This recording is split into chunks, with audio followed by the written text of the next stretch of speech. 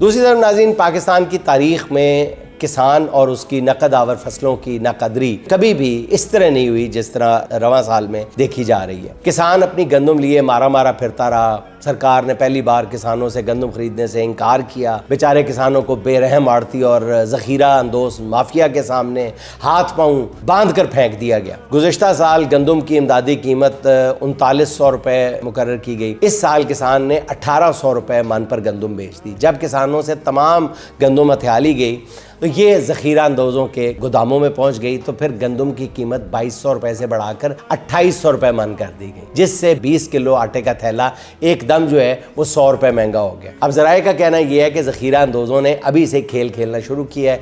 ये यहीं पर बस करने वाले नहीं हैं। ये माफिया पहले गंदम की मसनूई किल्लत ज़ाहिर करेगा और जब गंदम की कीमतें आसमान पर पहुँच जाएंगी तो फिर अपना ज़ख़ीरा किया हुआ गंदम जो है वो फिर मार्केट ले आएगा। वही खेल जो चीनी की कीमतों के साथ खेला गया अब गंदम के साथ खेला जाएगा।